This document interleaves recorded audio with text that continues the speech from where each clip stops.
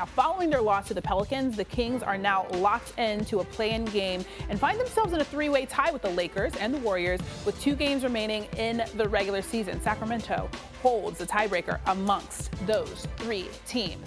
We got Kendrick Perkins and Monica McNutt here joining Harry Douglas. Perk, I'm going to start with you on this one. Who do you think is the bigger playoff threat, the Lakers or the Warriors? It's the Lakers. It's the Lakers. And look, I'm going to revisit what I said earlier in the show. It's because of their size and length with LeBron James, with Rui, with Anthony Marshawn Davis Jr. You got to have size in order to compete in the Western Conference, especially when you're talking going against the likes of Jokic, Zion, even Sabonis, if you have to match up with the play-in. The one thing right now that the Golden State Warriors are lacking is size. And I understand Draymond Green, changed the game for about a 5 or 6 year window for us being an undersized guy playing the 5 position, one of the best defensive players to ever touch foot on the basketball court.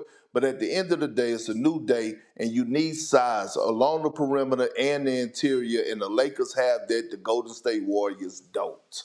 It's all I've been hearing about my whole life. Size. You're too small, Harry. You can't do it. Jalen Brunson is size. He's 6'2". Wow. Jalen Brunson is a giant, though. I believe in the Golden State Warriors. I believe in the Golden State Warriors, Monica, and I'm not coming off of it, Perk. I believe in this basketball team because when you have a guy in Draymond Green and that fire, sometimes it gets him in trouble. But I love the passion that he plays with and being able to help guide that basketball team. I love Steph Curry, and this year he had to do a lot more. I'm not giving up on Klay Thompson. I love what I've seen from Jonathan Kuminga. We can't forget about Andrew Wiggins. I like Trace Jackson Davis. I'm going with the Golden State Warriors, man, because the way they shoot the basketball in a game they just recently played, remind me, I can't remember who it was against, but they shot 63% from the three-point line. So you do have that to still worry about when it comes to the Golden State Warriors, guys that are sharp shooters and can shoot the three like no other, like we ever seen.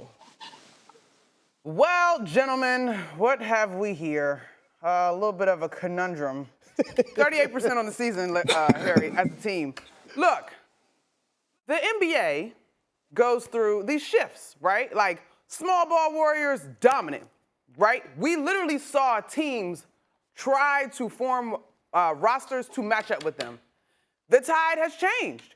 You now see a need to match up with the new and potential dynasty in the Denver Nuggets, and that requires size. That requires bigs that can at least contain or attempt to contain a stretch 5 in sort of the peak sense of the word as far as a facilitator, a shooter, and a scorer in the paint. When you talk about Nikola Jokic, I think the duress that Stephen Curry has been under this season, to me, has taken a toll. And granted, the Warriors' last 10 games, they've looked pretty good. I think the best win in there is probably the victory over Dallas. They also have a loss to Dallas in there. I think they're like 9 out of their last 10.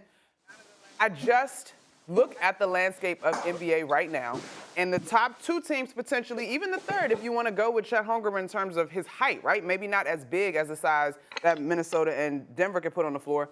You're going to need to be able to match up in that way, because when I look at the athletes, as you mentioned, that have come along, they can be guarded by those teams that the Warriors need to knock off. But the question then becomes where are the mismatches, and it becomes in the size. And I'm not saying that they're not a terrific rebounding team. The numbers bear out that they are. They've done a great job of getting to the glass. But it's not just rebounding courtesy of size. It's the force and the pressure that you can put on the rim. The concern, while Steph is still that dude, what are you going to get from that supporting cast in a postseason run? Because he's already had to bear the weight of so much this season. So for me, it's the Lakers, excuse me. No, that's the one thing. Let me clear something up to the audience, though. Neither one of us are picking the Golden State Warriors or the Lakers to make any noise. Am I right? Because I'm not. Oh, no. I mean, I'm just saying, if I had to pick between the two, I'm going with the Lakers and I'm going with LeBron James. I trust LeBron James more than I trust Steph Curry, more than I trust Klay Thompson, more than I trust Andrew Wiggins. Hell, more than I trust his own teammate in Anthony Davis, and that's saying a lot. LeBron James, when it comes down to having that IQ, understanding the moment, rising to the occasion. I trust him more than any other personnel that I just talked about between the two teams, because he's going to take you to the finish line. But at the end of the day, I'm not trusting either one of those teams to really make it out of the Western Conference at all, or make any serious noise. To your point, Perk, to me, LeBron James creates a little bit more room for error, right? For the Warriors to be special, Steph has to be at his best, and then that supporting cast, like, it's no room for rookie experience in the postseason. It's no room for, it's a series, the defense has changed. Like, and think about that run that the Warriors went on when they knocked off the Celtics and won their last championship. Andrew Wiggins was huge in that. And we've only seen glimpses of that guy this season. We have not seen that consistently from him. So there's just not enough wiggle room in terms of this team doing something special. And in the grand scheme of things, there's not enough wiggle room for either one of these teams to really make a deep run in my mind. And see, but what you just said, Monica, I'm doing something that normally black men don't do. We don't live by the hope theory. Oh wow, this got deep. I'm hoping Andrew Wiggins could be better. I'm hoping. He got to come along. He got to come along. But I'm still going with my Warriors. I get it. I'm glad you put that "my" in front of it, so we can be honest. We don't call it what it is. Harry's rooting with his heart. Okay, I want to talk a little bit bigger picture when it comes to both of these teams. And Harry, I'm going to start with you on this one. Do you think that it's more likely the last season for LeBron and the Lakers, or the Golden State's Big Three? With a chance to win a title, I think it's the last season for LeBron and the Lakers. And here's why I say that. What we've learned about the Golden State Warriors over the years is that they are loyal to Draymond Green. And I know you may get into a situation with Klay Thompson in his contract, but if you listen to Klay Thompson on Draymond Green's podcast, it's also about mental health. And for a guy like Klay Thompson, being in the Bay Area for as long as he's had, being on that West Coast, I think that's something you got to pay attention to. Is he willing to take a pay cut to be able to stay with the Golden State Warriors? So I'm going to go with LeBron in L.A. With a chance to win a title. Ooh, Perk was signed. Go to Perk first. Well, I'm going with the Warriors in the Big Three, and here's why. Let me tell you why you're wrong here, Harry. First of all, LeBron James, he's going to re-sign with the Los Angeles Lakers because he's not going to pass up that lettuce that they go put on the table for him this upcoming offseason. That's number one. We don't know what Klay Thompson is going to do. And I've been one of the ones who have been advocating for the Warriors to trade Klay, not because I was doubting him or didn't think he had anything left in the tank, but I've been saying that Klay needs a fresh start.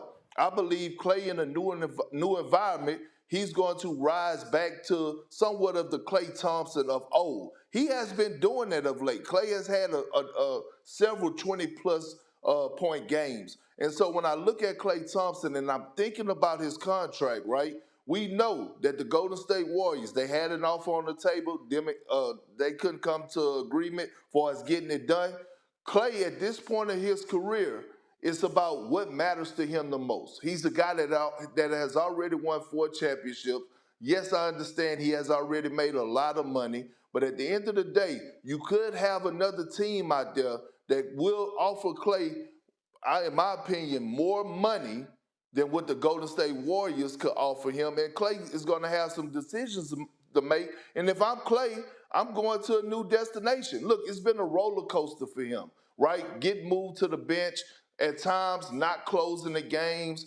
That's what he was talking about when he was talking about his mental health, because it's been a lot on him, from his injuries to him being inconsistent to not knowing, the part of the rotation, him having frustration with Steve Kerr. Like, all that plays a part. At the end of the day, Klay Thompson needs a fresh start, and I believe it's a team out there that has kept their eye on Klay Thompson, and he won't be part of the Golden State Warriors next year because he'll find a new home. This one's tough, y'all.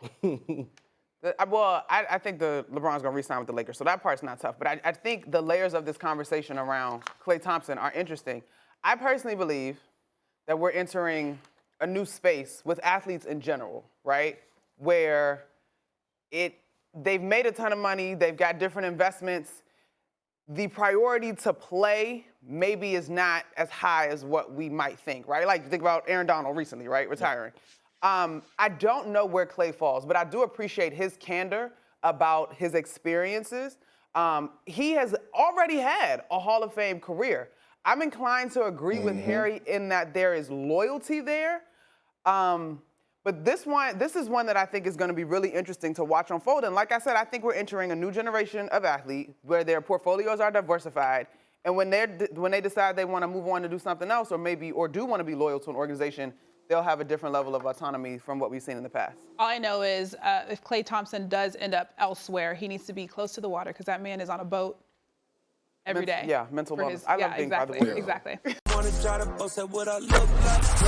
Think I'm gonna try to wear I pull up long range. Jimmy with the heat, I'm on fire. It's NBA over here, feeling fun.